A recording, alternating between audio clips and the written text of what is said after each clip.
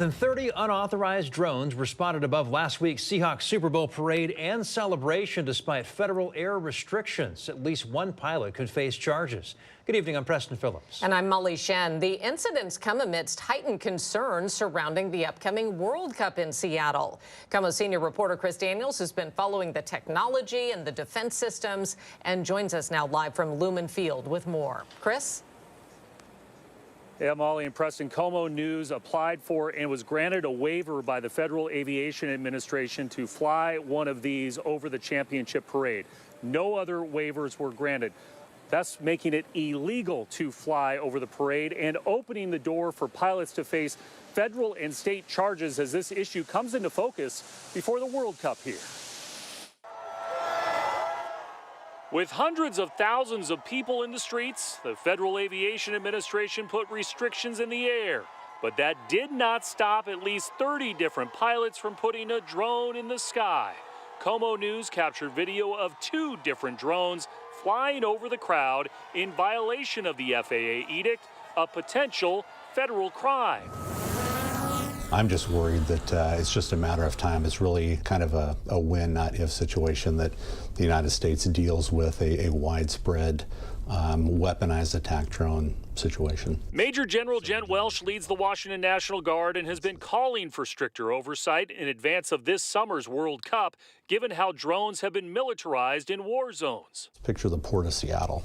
A lot of container traffic going in and out of the port.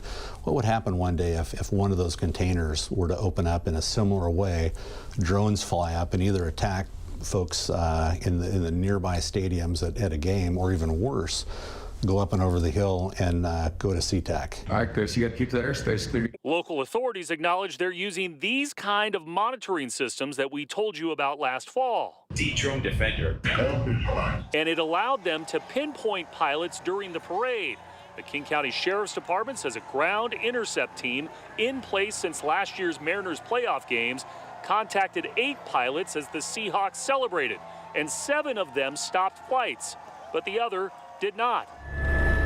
The U.S. Justice Department recently criminally charged a Bay Area man with flying a drone at a November 49ers game at Levi's Stadium, likely attempting to set a benchmark for anyone who thinks of doing the same over any sporting event in the future. I'm told the King County Sheriff's Office is using their Guardian 1 helicopter to track some of these drones in flight. The Trump administration and Congress, in a bipartisan effort, approved $500 million to the World Cup cities, the 11 cities across the United States that will be hosting games in order to boost their drone defenses. Molly and Preston.